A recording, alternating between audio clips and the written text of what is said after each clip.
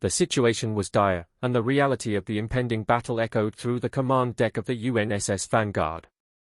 This lone warship, deemed sufficient by humanity to fend off an entire alien armada, was under the command of Captain Marcus Hale. A seasoned veteran of space combat, Hale's weathered face betrayed a calm confidence. Around him, the bridge crew operated with the precision of a well-oiled machine, unfazed by the enormity of their mission. The alien fleet, hailing from the distant star system of Zorak, had made a grave mistake by underestimating humanity's resolve and capabilities. Their scouts had misinterpreted the humans' relative silence and isolation as signs of weakness. In truth, humanity had been preparing for this moment for decades, perfecting their technology, training their soldiers, and studying potential adversaries. "All systems green, Captain," reported Lieutenant Ramirez, his voice steady despite the impending conflict. "Weapons primed and ready." Hale nodded, his eyes narrowing as he studied the holographic display of the Zorak fleet. The alien armada was impressive in size, a massive formation of sleek, deadly vessels designed for one purpose: annihilation. However, sheer numbers had never been humanity's primary advantage. Strategy, ingenuity, and a fierce determination to survive had always tipped the scales in their favor. "Ensign Blake, open a channel to the fleet," Hale ordered. A moment later, the ensign nodded, indicating the channel was live. "Attention Zorak fleet, this is Captain Marcus Hale of the UNSS Vanguard. You are entering human territory. Withdraw immediately or face the consequences." The response was immediate and predictably arrogant. "Human vessel, this is Admiral Krath of the Zorak Imperium. You are outnumbered and outgunned. Surrender now, and your lives will be spared." Hale chuckled, a deep, resonant sound that carried across the bridge. "Admiral Krath, you seem to be under the impression that you've caught us off guard. Allow me to disabuse you of that notion. This ship, this crew, and our technology are more than a match for your fleet. Consider this your only warning." The communication line went silent for a moment before the alien admiral responded, his voice dripping with contempt. "Prepare to be annihilated, human." With that, the channel closed, and the battle began. The Zorak ship surged forward, weapons blazing with a fury intended to overwhelm the lone human vessel. But the Vanguard was no ordinary ship. Built with the latest advancements in human engineering, it boasted an array of offensive and defensive systems that were the envy of the galaxy. "All hands, battle stations," Hale commanded. The crew sprang into action, executing their roles with practiced efficiency. The Vanguard's rail guns roared to life, firing projectiles at velocities that defied comprehension. Energy shields flared as they absorbed the incoming barrage from the Zorak fleet. The ship's AI, named Argus, calculated firing solutions and shield harmonics with inhuman precision, ensuring that the Vanguard remained one step ahead of the attackers. "Target their flagship," Hale ordered, his eyes locked on the largest ship in the enemy formation. "Let's send a message." A volley of torpedoes streaked across the void, each one guided by sophisticated targeting algorithms. The Zorak flagship attempted evasive maneuvers, but it was too late. Explosions rippled along its hull as the torpedoes found their mark, tearing through the ship's defenses and crippling its systems. "Direct hit," reported Ramirez. "Their flagship is disabled." The crew cheered, but Hale remained focused. "Keep up the pressure. Don't give them a chance to regroup." As the battle raged on, it became clear that the Zorak had gravely underestimated the Vanguard. Despite their numerical superiority, their ships fell one by one, victims of the human vessel's superior firepower and tactics. On the Zorak command ship, Admiral Krath watched in disbelief as his fleet was systematically dismantled. "How is this possible?" he muttered, his confidence shattered. "They are but one ship." Back on the Vanguard, Hale allowed himself a grim smile. "They always think numbers are everything," he said to no one in particular. "They never learn." The battle continued, but the outcome was never in doubt. The Vanguard's crew fought with a determination born of the knowledge that they were defending their home, their families, and their very way of life. And in the end, that made all the difference. "Status report," Hale requested as the last of the Zorak ships fled or lay in ruins. "Minimal damage to our systems," replied Ramirez. Casualties are light. We did it, sir. Hale nodded, allowing himself a moment of pride. Good work, everyone. Prepare to send a message to Earth. Let them know that one ship was enough. As the crew began their post-battle routines, Hale turned his gaze to the stars. The Zorak had learned a valuable lesson that day, one that humanity had known for centuries: underestimating human resilience was a fatal mistake. Captain, incoming transmission from Earth, Ensign Blake announced, cutting through Hale's thoughts. It's Admiral Preston. Patch it through, Hale ordered, straightening up. The holographic display flickered before the stern face of Admiral Preston appeared. Congratulations, Captain Hale, the Admiral began, his tone formal but with a hint of a smile. Your success has been noted, but we have a new development. Intelligence reports indicate that the Zorak fleet was just the first wave. A second, much larger force is mobilizing. Your orders are to hold your position and prepare for reinforcements. Hale's eyes narrowed. Understood, Admiral. We'll be ready. The transmission ended, and Hale turned to his crew. You heard the man. This isn't over. Double-check all systems and rearm. We have a bigger fight coming. As the crew sprang into action, the weight of their situation settled over the command deck. The Vanguard had proven itself against the initial wave, but the real test was yet to come.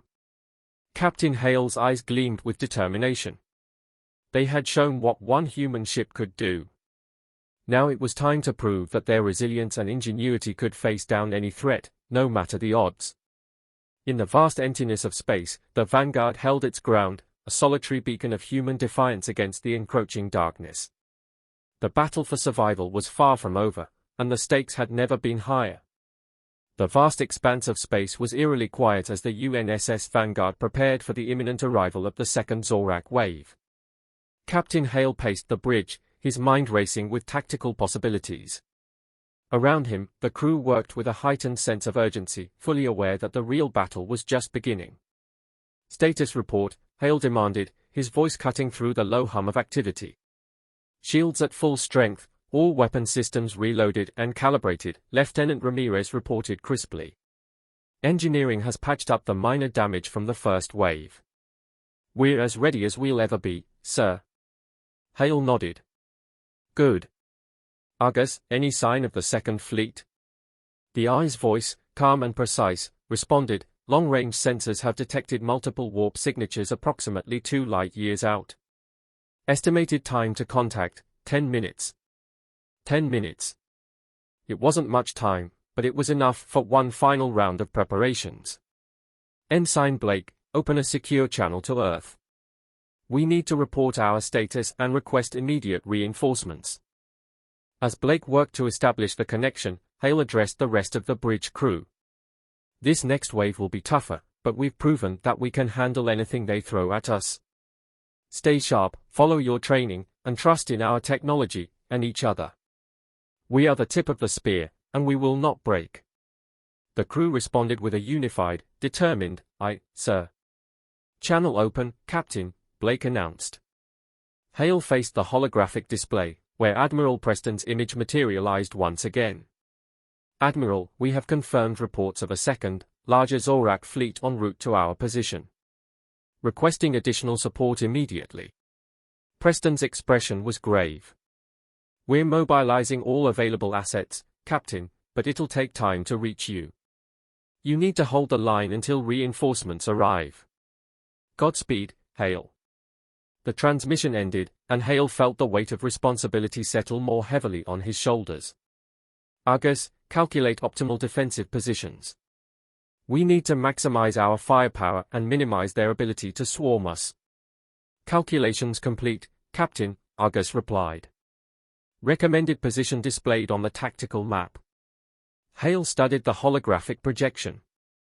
Helm, take us to these coordinates. Let's make sure we're ready to greet our guests properly. The Vanguard moved with grace and precision, positioning itself in a strategic location where it could leverage both its offensive and defensive capabilities to the fullest.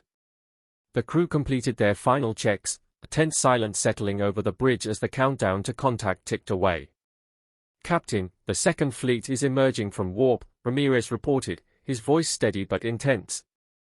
Visuals coming online. The main screen lit up, displaying the approaching Zorak Armada. This fleet was indeed larger, with ships of varying classes, including several massive dreadnoughts that dwarfed anything the Vanguard had faced so far.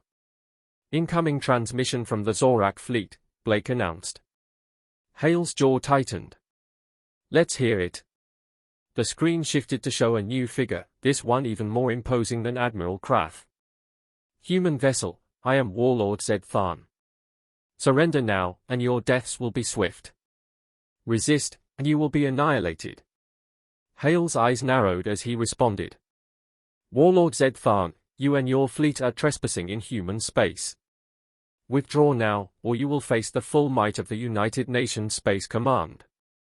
Zed Tharn sneered. Your bravado is amusing, but futile. We will crush you like the insignificant insects you are. With that, the transmission ended, and the Zorak ships began their advance. All hands, prepare for battle, Hale ordered, his voice steely. The Vanguard unleashed its full arsenal, filling the void of space with a barrage of kinetic and energy-based weapons. The Zorak fleet responded in kind, and the darkness of space was soon alight with a deadly exchange of firepower. The first waves of Zorak fighters were torn apart by the Vanguard's point defense systems, but the larger ships pressed on, their powerful shields absorbing the initial hits. Focus fire on their lead dreadnought, Hale commanded. We need to break their momentum.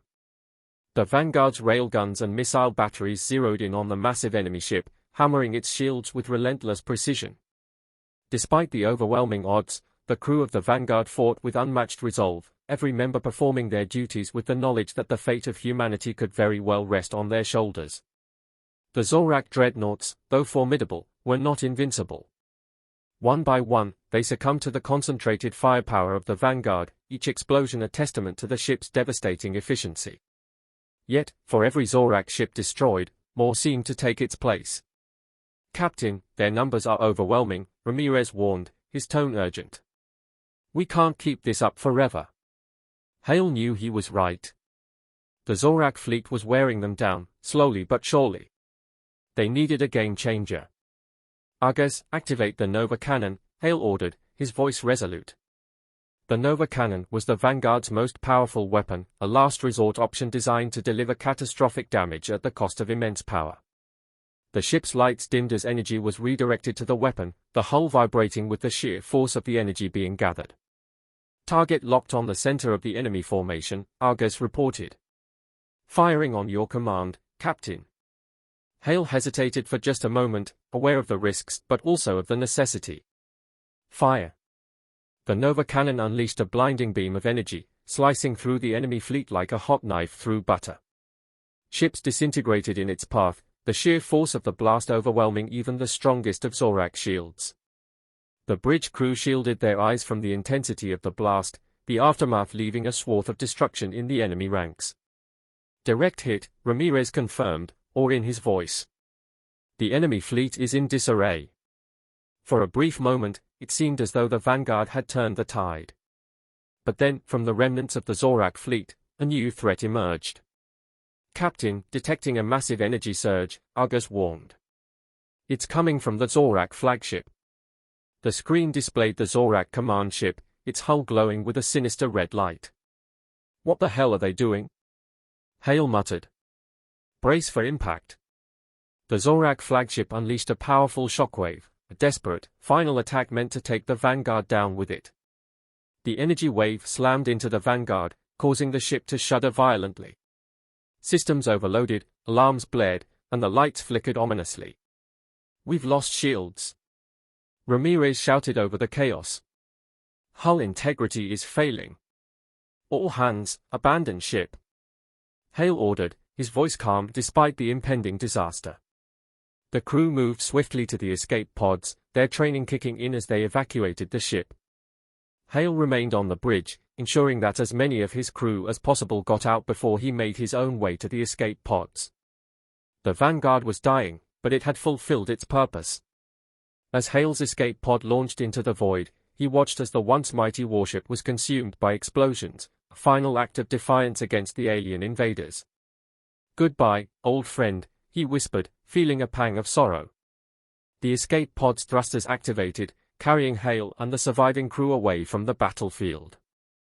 As they drifted away, they could see the Zorak fleet, battered and broken, retreating into the depths of space. The Vanguard had fallen, but it had taken the fight out of the Zorak. They had won, but at a great cost. "Captain," came Ramirez's voice over the pod's comms, "we did it. We stopped them." Hale nodded, though the victory felt hollow. "Yes, Lieutenant. We stopped them." But he knew that this was just the beginning. The Zorak would regroup, and other threats would emerge. Humanity had won this battle, but the war for survival was far from over. "Set a course for Earth," Hale ordered. "Let's go home."